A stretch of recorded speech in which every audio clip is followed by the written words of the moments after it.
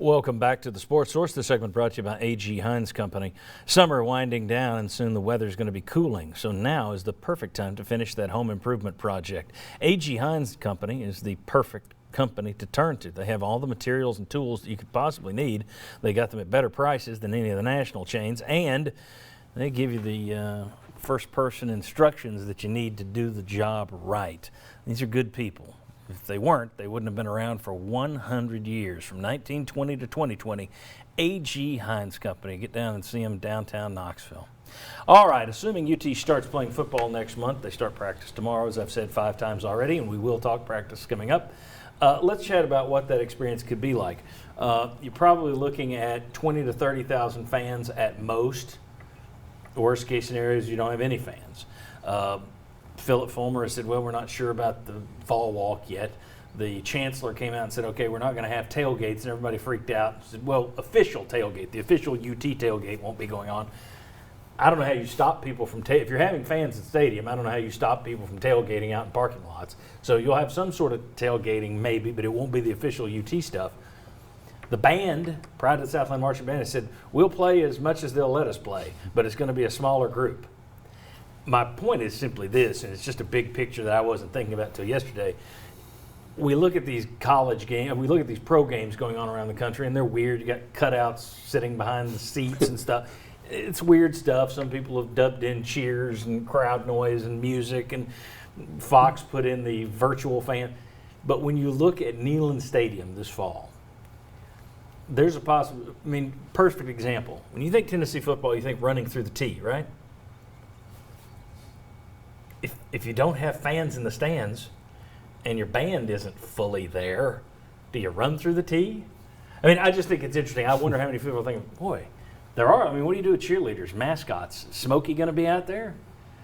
I'm a big believer in taking what you can get. I've said that all along. Whatever you get, you get. Don't complain. But there is a lot of room for strange holes when you watch this. It's like, well, this is missing, this is missing. Yeah, you have to get creative. The ball walk is a great tradition. Well, ball walk for whom? It depends on, again, if fans are there, how many fans are there. If you do have fans present, then I still think you try to do as much as you can because at that point you need help creating excitement, right? You don't have just put 6-foot markers down on the sidewalk. Well, maybe to divide them, you put the cardboard fans there, so it appears you're cheering in front of 100,000 fans. Maybe that's something they look for some of those pay games in the future anyway. That's going to, I don't think there's any way to manage that one, right? So the ball walk to me is gone. Running through the T, unless you put a bunch of mannequins up there, that's not going to work either.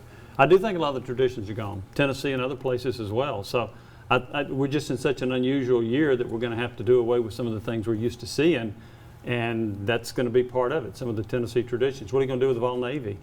How do you keep them from being able to cluster, or do you say, okay, you get to come with your boat at this time and you get to come at this time?